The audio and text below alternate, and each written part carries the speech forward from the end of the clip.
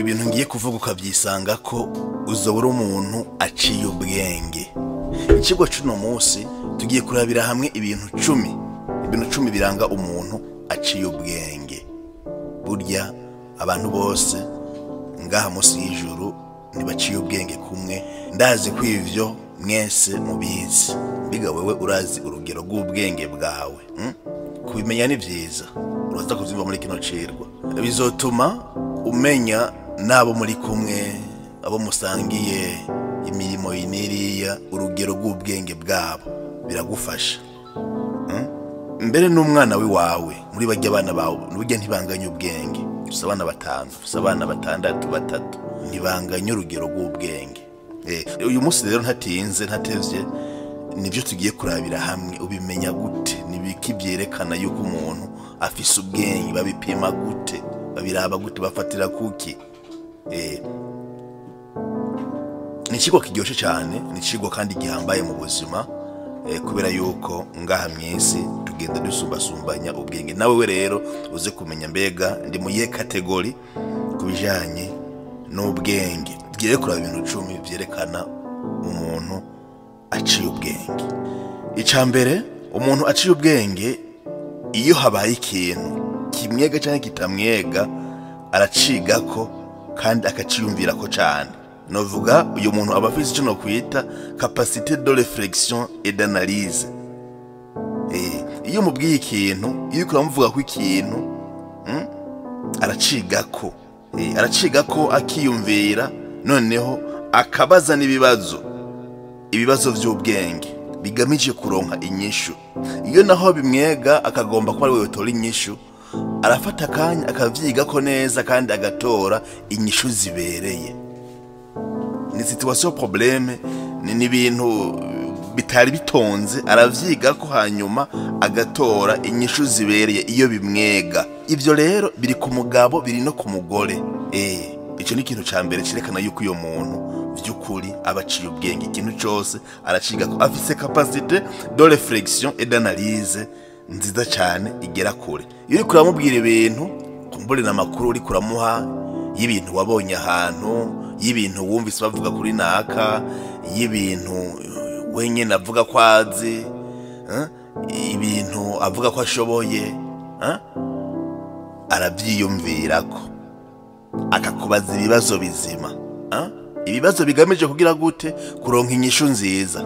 Wumvise uyo muntu ariko arabitondeka neza, agomba kuronka inyishu nziza, menya ko uyo muntu aciye ubwenge. Mugabo ciyongire ko navuze, iyo ibibazo bimwega bigomba gutorerwa inyishu, arafata kanya hama gatora inyishu zibereye.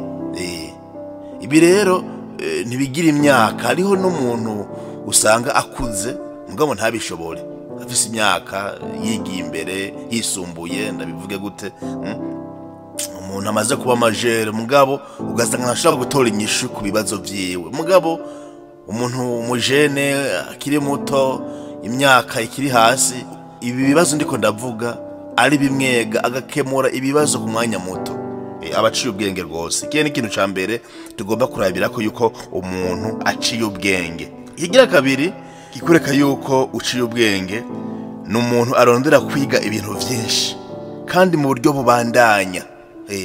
Hari abantu bagomba kwiga ibintu vyinshi mu buzima bwabo, akumva yomenya ibintu, simvuge ngo vyose mugabo bishoboka vyinshi.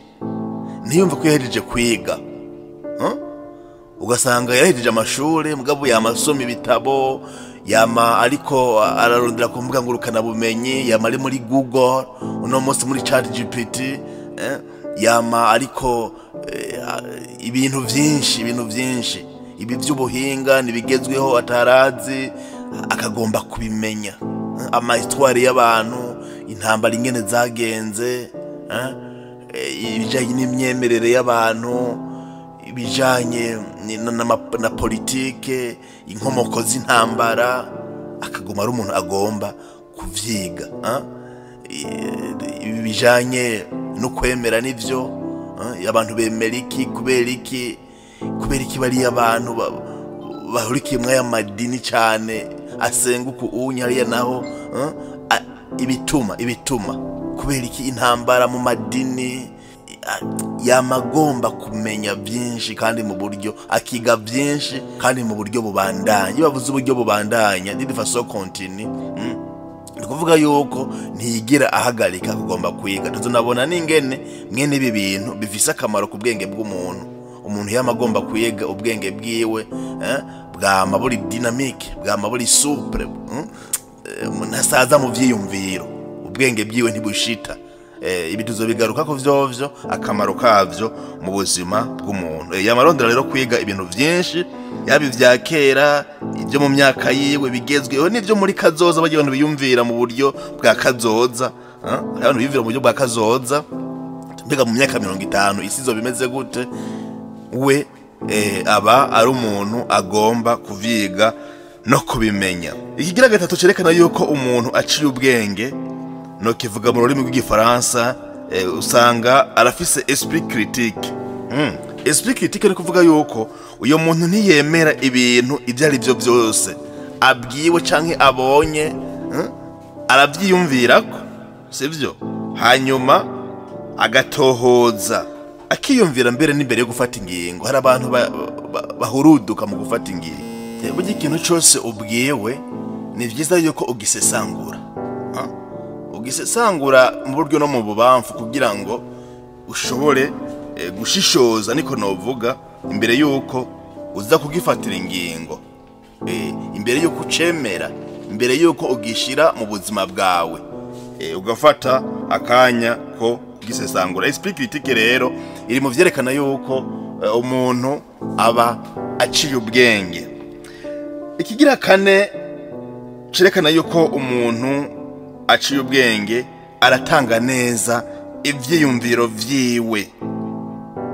Aratanga neza ivyiyumviro vyiwe, nimba ari mu nama, nimba bamuhaye ijambo, nimba ari mu rubanza, mu buryo butomoye. Nimba no muri communauté canke mu nzu, mu kibano, mu bantu arongoye, mu buryo butomoye. Ibi rero birajana no kumviriza abandi, kumviriza abandi neza. Nta muntu yibana wenyene, nta muntu yishoboza wenyene. Ntunakangwe n'ubukuru bashobora kuba baraguhaye muri societe, muri communauté kanaka, canke twebwe abashinga ntahe mu ngo.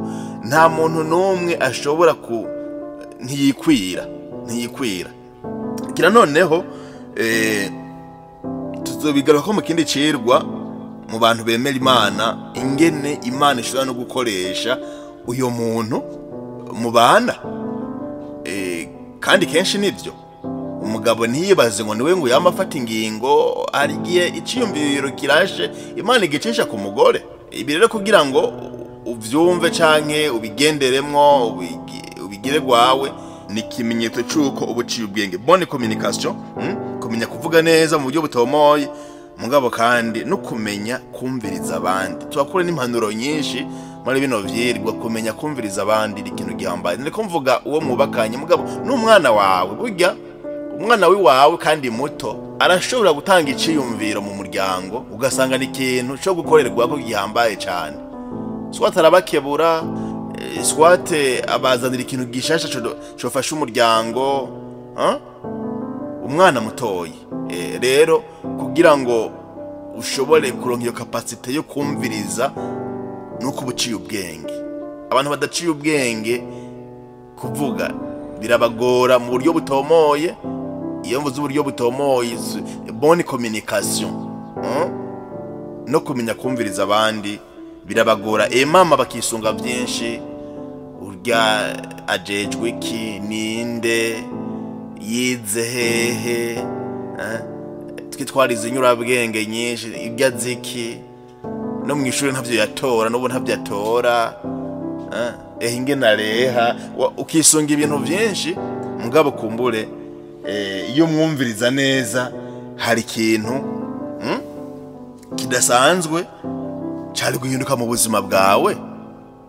Iyo rero ubishoboye ivyo, uba ufise capacité nziza, noneho n'ikimenyetso cyuko uciye ubwenge. Ubugira gatanu nico no kwita mu rurimi rw'igifaransa adaptabilité. Adaptabilité meze nk'usigura no muntu amenya kwifata imbere y'ibibazo. ibibazo bishitse.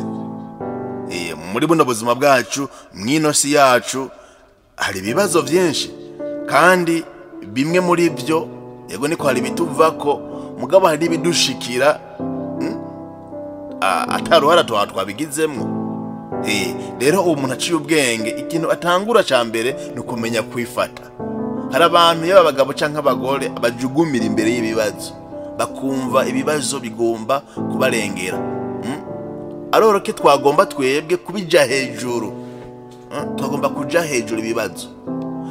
Mbe mwari mubizi ndagacishemwo, burya ngaha mwisi ikibazo dufise si ibibazo duhura.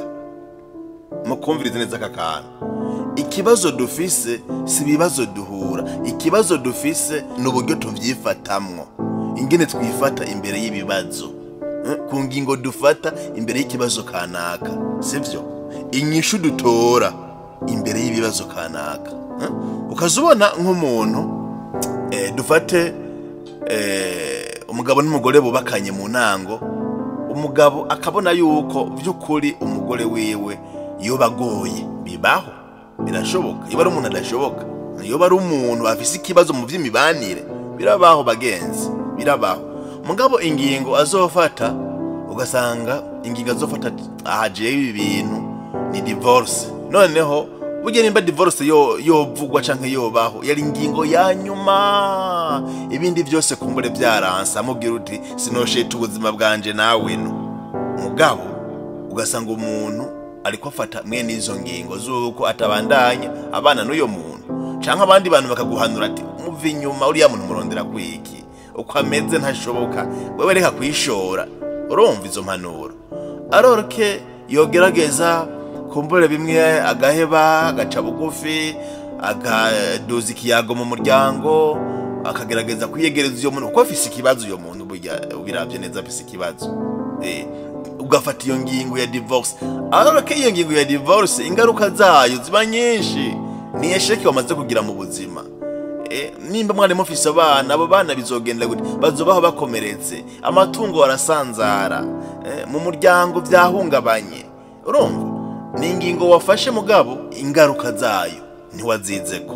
Ibi rero iyo uriko bibamo muri buno buryo, biba vyerekana yuko capacity z'ubwenge bwawe ntibwigiye imbere. Ntanze karorero mu nyumve neza, ntanze aka karorero wiki cha divorce nko notanga akarorero kubindi. Umunyeshuri afata ingingo zo guheba amashure ngo biramugoye, ngo ntavyumva, ngo kubera yuko ngo ntaronka amanota meza.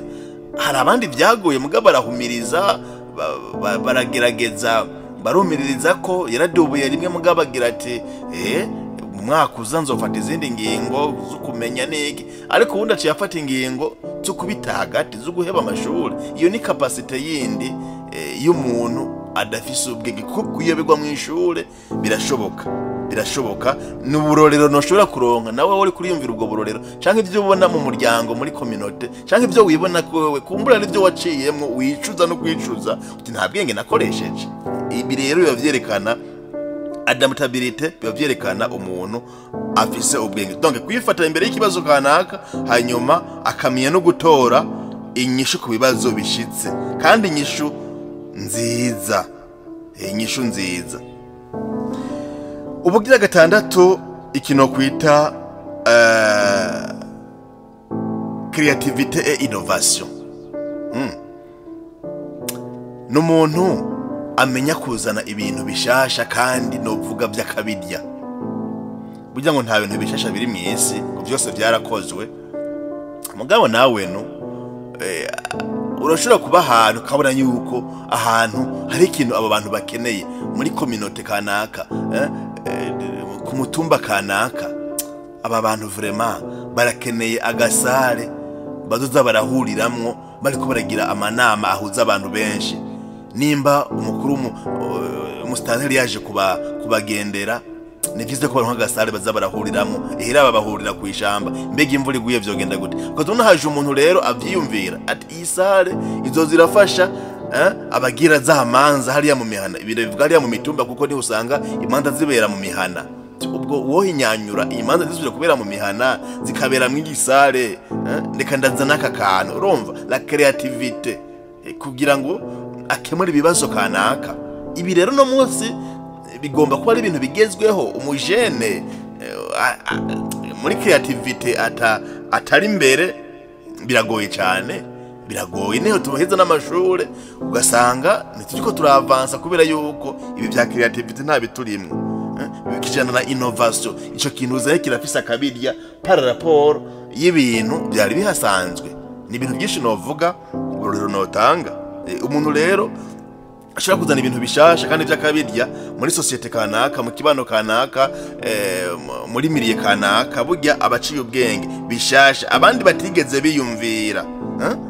Ibisanzwe ari bibazo muri community kanaka, wewe agaca bivyaza umusaruro bigacika des opportunités. Nta bantu uyu munsi bariko barakamisha umucafu wandagaye hirya no hino. Reka tubigira akazi, reka uyu mucafu tuzobihunguremo ibi na biriya. Ibyari intambamye bo babigiza akazi, babigiza ama opportunity. Reka tuvyegeranye hama tugire tri abantu bazoze kutugurira mase. Ibi bitabora arabazobikoramwo amapave, bazusanga vyegeranije baduha amafaranga. Uyo mucafu utera n'ingwara mu mamenage. Reka donc ikintu gishasha kandi nimba cari ingorane aho hantu wewe akakivyaza umusaruro, ni ibintu bikomeye cyane. Ibi bavyerekana rero ko uyo muntu vy'ukuri araciye ubwenge, arafite izindi capacity abandi badafise, kuko niba ariko bavyumvira bose. Ikigira indi gushekana ko umuntu aciye ubwenge aramenya kubana n'abantu bose. Murabona neza yuko imibano ari ikintu kigoye, kandi uyu munsi kigo kirasubiza n'inyuma iterambere. Umugore n'umugabo bikanga ko babana. Umugabo akamashaka yuko umugore amera nkawe. Wabibonye hehe aho umugore amera nk'umugabo? Ko umugore aguma ari umugore, umugabo akaguma ari umugabo. Umugore agashaka yuko umugabo yo kuyumvira nk'uyo mugore yene. Nibibaho umugabo yiyumvira ukwiwe, umugore yiyumvira ukwiwe. Reka kwibaza yuko wewe umugabo wawe agomba kuyumvira nkawe, umugore wawe yiyumvira. Umugabo mugomba gukora ibishoboka byose mugahuriza hamwe. Nico gituma uri umugabo, nico gituma uri kumwe n'umugore. Ibinda bizana mu ngo z'abubatse. Mugabo hari n'abandi bantu muri societe byanka ko bahuza ngo nakagomba kumera nkanje. Wabibonye hehe?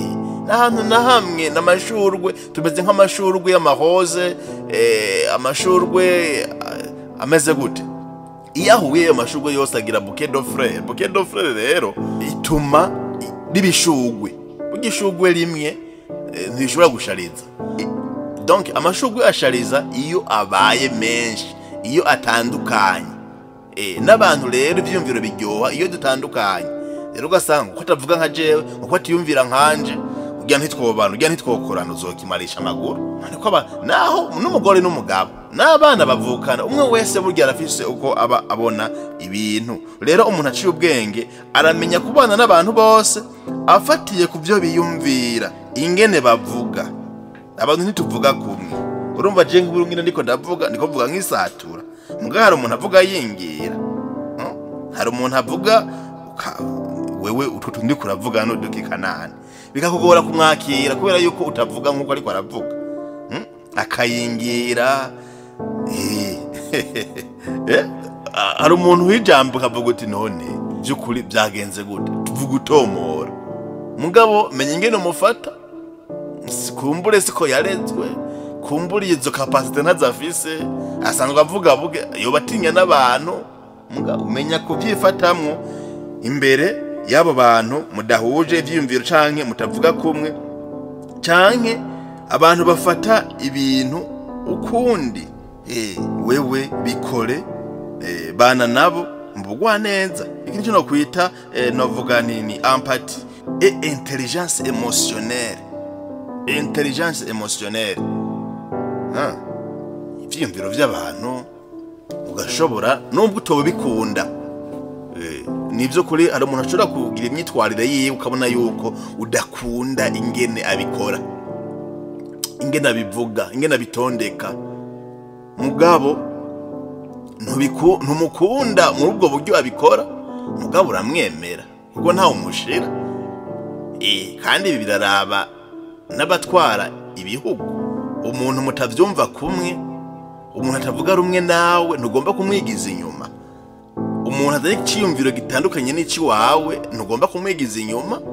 Murakorana ahubwo kugira ngo mwuzuzanye. Kumbure ariko abona wowe ibyo utabona, akagufasha kubitondeka neza. Abanyepolitike ikintu kiba gihambaye cyane, kirekana rero yuko umuntu iyo ushobora kubyifatamo neza, berekana neza yuko uba ufise ikintu kimwe mu bindi byerekana yuko uciye ubwenge. Ikigira 8 kirekana yuko uciye ubwenge no kumenya gutunganya neza umwanya wawe. Gestion du temps et des priorités. Umwanya ni ikintu gihambaye mu buzima. Mbere bagira ati n'amafaranga. Rero umuntu atazi gutunganya amafaranga burya biba bigoye cyane. Ariko umuntu azi gutunganya umwanya ari wo mafaranga, ni umuntu ahambaye cyane. Akamenya ati ngomba gukora ibi. Ega hari n'umuntu akora ibintu mugabo ariko arakora ugasanga sivyo yari guherako. Les priorités uri guhera ku biki muri business yawe, ubona hakenewe iki? Ugwakeneye kubakwa ikizu kininiya namye kizotwara amafaranga menshi canke n'umwanya muniniya, ubwo ntimwoba murubaka akazu gatoye, akazu kazotuma ibikorwa biba birabandanya. N'akarorero no kuko notanga ubundi barorero bwinshi. Ikirero nita gestion du temps kiba ari ikintu gihambaye cyane. Voilà, kumenya gutunganya umwanya ku kazi kiwe, akamenya ibyihutirwa. Ibyihutirwa ni biki gusumba ibindi. Kiba gihambaye cyane kandi tugire tunahigira byinshi. Kumbure mu nyuma tuzorondera kandi ho kuza kuri kimwe tucinjire mu mizi neza. Ubw'icenda mu vyerekana yuko umuntu aciye ubwenge, aramenya kwigira ku vyamugoye, ku vyamunaniye. Ndabivuge gutyo mbere. Nitwama dushobora byose. Hari n'ivyo dukora tukagomba kubishobora mugabo novuga nti isanzure canke la nature ikavyanga, ugakora umugambi ukanka, ugatunganya ishira hamwe ukarishiramo inguvu nyinshi nikagomba kwanka. Mugabo ushima umuntu aciye ubwenge ntavuga ngo vyanse, ahakura icirwa, ahakura ini leçon. Icirwa mbere kizotuma ashobora kuduga, akadugira ko ibindi azokora, agafatira ngaho nyine biriya byarangoye, biriya byaranse kubera ibi nibi, naragize esheke kubera ibi nibi. Hari ama erreur naguyemwo, hari amakosa naguyemwo, ari amakosa nayaguyemwo kumbure kubera experience nke. Agahava rero akagorora, agakosora. Urumva byaramugoye amayesheke n'amayerere ngivyo, mugabo wewe nivyo aduga ko bice bimubera ingazi. Uyo muntu abaciye ubwenge bagenzi, uyo muntu abaciye ubwenge. Umwigeme ugasanga byaramugoye, mbugeni byaramugoye, ntiyamenya kwizigama, araryamana n'umuhungu mbere atwalinda. Mugabo iyo nda aravuga ati je umwana nzomuvyara, nzomuvyara kandi nzomurera. Afata ingingo zo kutezokorora imbanyi, mugabo umwana akazomurera. Mbere amaze kumuvyara akahakura icirwa c'ubuzima, akahakura kumenya kwiyubara mu buzima muri ibi na biriya, akahakura kumenya yuko ubuzima bw'umuntu, ubuzima bw'umwana iyo byaciye hose ari ikintu kidasanzwe, ari ingabire y'Imana mu bundi buryo, ubuzima ari ubw'Imana. Akahakura icirwa muri ayo maherere yiwe, sivyo? Umuntu akaronka amafaranga hanyuma agasanga yavyifashemwo nabi, mu kuyafata nabi, mugabo mu nyuma ubwenge bugakubita, akavuga ati nagize amayeshike, nagize amayerere, naravyifashemwo nabi, agaca fatiraho nyene, agaca tera duga, akabikora neza. Burya nico gituma bavuga yuko ikosa erreur canke esheke si cyo kintu kibi uyaye. Ikibi no kuguma muri ibyo. N'Imana yacu iyo umuntu yakoze igicumuro yakoze icaha ntimuraba nk'umuntu ubona oya yo ntigere yanka umuntu nomwe ahubwo yanka ibyo yakoze. Mugabo igira iti subira uvyuke, subira winanate, igize imbere, raba rike kuguma ngaho, fatira kw'ivyo vyakugoye hama n'Imana niko ibona umuntu ingene yogomba kubikora neza. Ibyo rero ubivanye mu kwemera ukabishira mu buzima bwa misi yose ibyo twakoze nk'amakosa. Kandi hari abantu benshi ibyo twabayemo nk'amakosa nta namwe adakora amakosa, nta namwe atagira ibimugoye, nta namwe atagira amahesheke. Mugabo umuhinga nyamuhinga n'uwo muntu amenya kuvyurirako, n'uwo muntu amenya kuvyifatamwo neza. Nakivuze hejuru yuko ibibazo dufita mu buzima duhura ngaha mw'isi suko duhura n'ibibazo. Ibibazo tugira ni kutifata neza imbere y'ibibazo duhura navyo. Ubugira 10 byerekana yuko umuntu aciye ubwenge aragira ico no kwita imirite. Ugishize mu Kirundi yego no guca bugufi. No guca bugufi mugabo ngaha ico tugomba kumva nukwemera yuko umuntu atazi byose. Nubwo hariya hejuru twavuze yuko iyo umuntu aguma arondera kiga byinshi, nukwemera neza yuko umuntu atamenya byose. Shaka ubende, shaka ushingwe amabanga ameze gute, emera yuko utazi byose. Mbere washaka bigutume uca bugufi umenye no kumviriza abandi. Ntuzi byose na gato. Ntuzi byose ahubwo mbere uzi agace. Umuntu yazi guca bugufi akemera ko atazi byose burya ngo aba ari umuntu agize gute aciye ubwenge. Ngivye ibintu 10 bagenzi byerekana neza yuko umuntu aciye ubwenge. Mugabe bidasigura neza yuko kumenya ivyo bintu arivyo bisigura ubuzima bwiza. Kuko kuba wo bimenya no kubibamwo kibikindi kintu. Hari abantu usanga niko bafite urugero ruri hasi rw'ubwenge turaza kubibona mugabo usanga bamenya kuvyifatamwe. Ni kuvuga hari abantu bari basanganywe izo capacity bari badisanganwe mugabo bo bamaze kudidesorienta, kudicisha mu yindi nzira, kubigira ukutari kandi Imana irabahaye izo capacity zose. Kumbura ikibano, kumbura edikasyo bagiye bararonka, kumbura ivyo baciyemwe bikomere niki, ugasanga izi capacity Imana yari yarabahaye ntibashoboye kubana nazo. Ni no gufashanya rero, umuvyeyi kamenya gufasha umwana wiwe akiri muto, community igafasha umwana, ishure rigafasha umwana akiri muto kugira ngo ziriya mpano buriya bwenge bufatiye kuko kuntu nyine ameze ashobore kubukuza ntaderute ntace ku ruhande.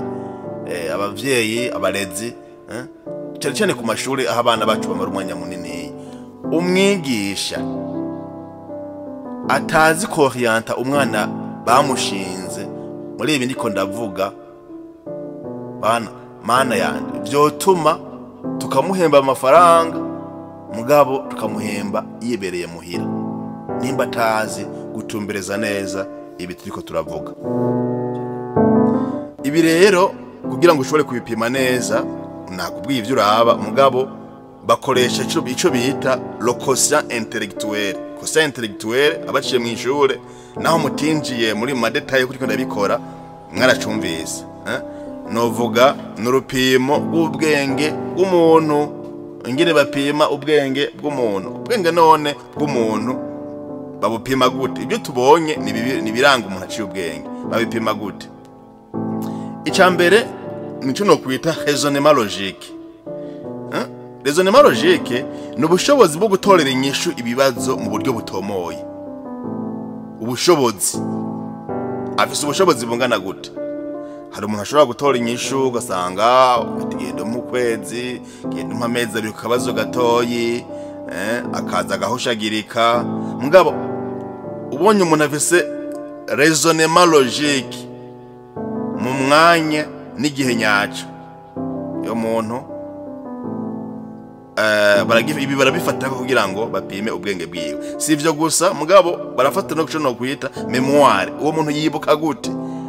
umuhaye ibintu arabyibuka. Hari umuntu utuma no mu cyumba tigenzere kiriya kintu akavyibagira, ashitseyo agatangura kuraba hejuru. Kwibuka memoire. Ubwa gatatu baramuraba ingene avuga atomora, comprehension verbale, kuvuga utomora, ivyo barabiraba.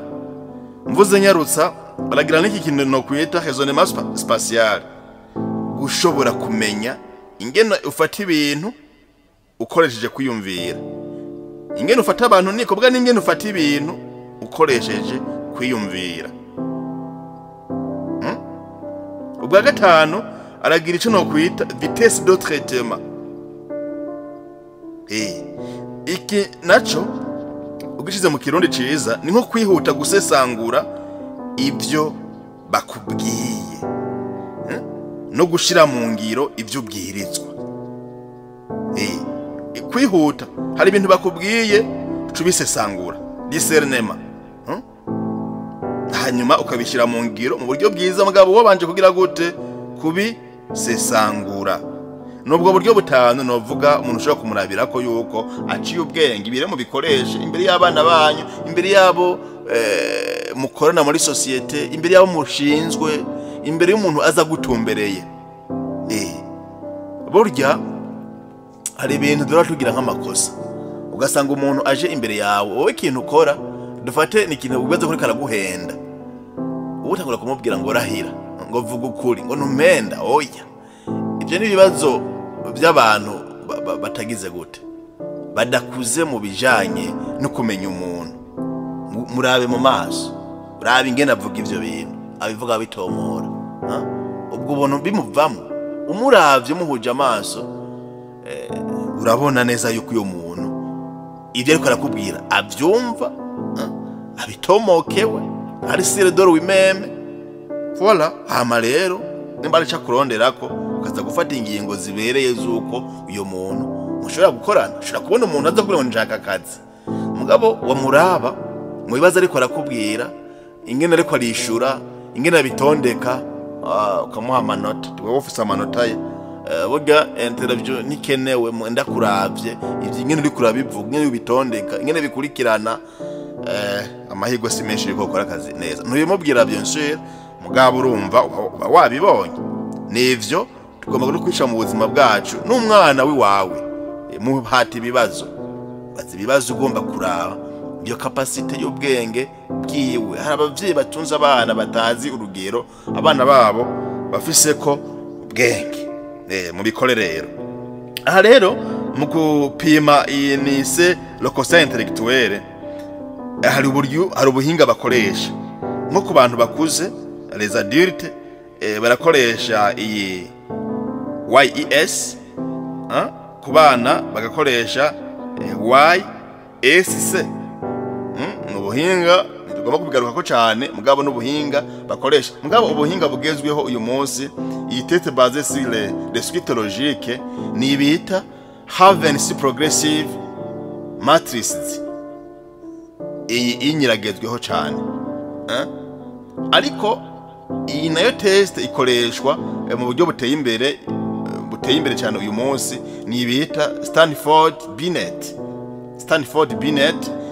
Niyo ikoreshwa cyane uyu munsi mu buryo novuga yuko buteye imbere, iyo bariko barapima le quotient intellectuel.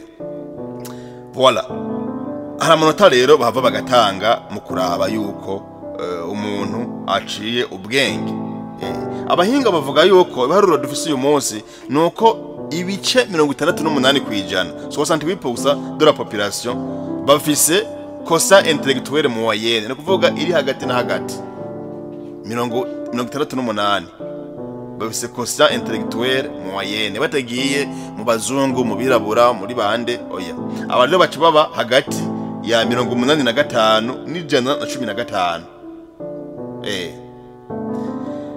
Hakaba rero abandi bafise quotient intellectuel iri hejuru cyane, superieur, intelligence superieur, usanga bari hagati y'ijana na 15 n'ijana na 30, entre 115 et 130 baba bari hejuru. hari abandi rero novuga bari treho kiyu yabo iri hejuru cyane, nibo mu ishure muramwita ngo ari siriduwe. Ikintu cyose usanga byukuri aracumva, nimba ari ibiharuro bapfa kumuhanuzenya gusa, bapfa kumubwira kucandika agikoze nta kibazo. Ingene biyumvira, ingene bavuga ibintu, baba ari siriduwe treho kiyu yabo usanga iteho. Usaba rero bavuga yuko bari kuri 130 plus 130 no kuduga. Hakaba abandi rero ntitungana twese bafise intelligence iri inférieure à la moyenne. Intelligence inférieure à la moyenne baba bari hagati ya 70 na 85, sivyo? Hakaba rero nabandi bari novuga musi ya 70. Aba rero Imana bakomeze bahezagire cyane. Potentiel deficience bagomba kwegera abantu babura akantu nyene mu deficience mentale baba bari hasi, bagomba kubura akantu, baba bari munsi ya 70 kandi barabaho. No mu ishure uri umwigisha urashobora kugira umwana ari inférieur de 70, no kumenya ingene umufata na methodology ukoresha mu kumwigisha. N'uyu rero ari siriduwe nawe uramwitondera cyane, kuko usamaye wewe arahava akagira gute akakwigisha. Ngivyo rero ivyo novuga twofatira ko mu kumenya yuko uri umuntu aciye ubwenge canke urugero rwawe. Ariko bigafasha no mu kibano, bigafasha abigisha, bigafasha abavyeyi bareza abana mu miryango bafise abana, bigafasha abantu bafise abantu barongoye, abantu baza bitugwa n'abantu benshi, bakamenya ingene bavyifatanya bivanye n'urugero bw'ubwenge uyo muntu bariko barakorana. Ariko rero nko nabivuze mu ntango canke hagati nako ntibisigura yuko umuntu afise QE iri hejuru misi yose ntiyama ari we agira amahirwe mu buzima. Hari ibindi bintu biherekeza ibi bya côté émotionnel, buryo bwa creativité, bwa social, ahagiye araca mu kwigishwa, ikibano yabayemwo, igihe. Donc le score élevé ne garantit pas forcément le succès dans la vie. Kubera yuko iyi si n'ubundi mwigisha, hari abantu mu ishure byagiye byorohera, hari abantu batagiye bagira ikibazo na kimwe mu byo kwiga, mugabo mu buzima mw'iyi si isanzwe ari umwigisha bikaba byarabagoye, kubera yuko iyi si n'ubundi mwigisha kandi iyi si iduha ikibazo imbere yuko iduha amasomo. Ariko mu ishure tubanza kwiga, hanyuma bakaduha ikibazo mu nyuma, kabone yuko kiriya kibazo baduha nukuraba yuko ibyo twize tukivyibuka. Ariko ngaha mwisi hoho siko bimeze, uhera ku kibazo hanyuma ivyirwa bikabandanya. Hari abariro vyagoye mw'ishure, ariko bagera mu buzima aho iyi si ari umwigisha bakaduga neza, bakagenda atakibazo. Bariya baba bambere ugasanga nibo basega ku muhanda, kwibarabara, nibo bafise ibibazo bikomeye. Ariko wa wundi byagora mu ishure yarashize mw'isi iramwigisha, hama aramenya avyifatamwo neza. Ngiki rero icigwa giciye kuri televiziyo Umuvugizi, jewe Kamarade mu nkundire ngeze ngaha, nibaza yuko cagufashije, nibaza yuko cakuguruye, nibaza yuko kitagusize ko cagusanze. Ndagusabe rero ugire subscribe ngaho hejuru canke sabone na telefone yawe, kugira ngo twame dusangira ivyigwa vy'inyurabwenge bica ngaha kuri televiziyo Umuvugizi. Ngize nti amahoro n'umugisha vy'Imana bigumane nawe. Urakoze.